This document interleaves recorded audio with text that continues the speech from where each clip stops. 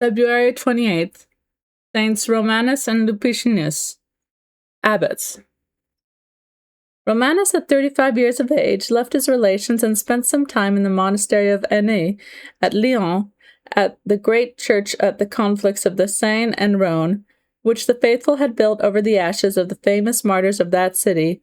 For their bodies being burnt by the pagans, their ashes were thrown into the Rhone, but a great part of them were gathered by the Christians and deposited in this place.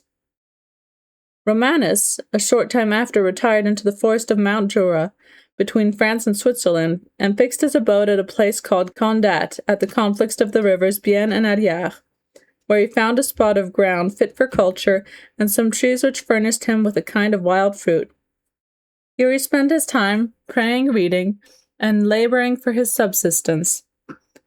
Lupicinus, his brother, came to him some time after, in company with others who were followed by several more, drawn by the fame of the virtue and miracle of these two saints.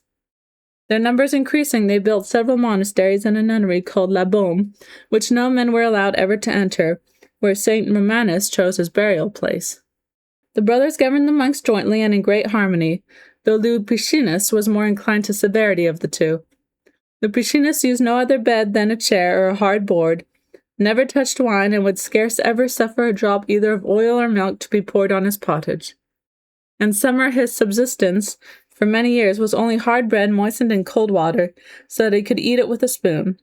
His tunic was made of various skins of beasts sewn together with a cowl. He used wooden shoes and wore no stockings unless when he was obliged to go out of the monastery.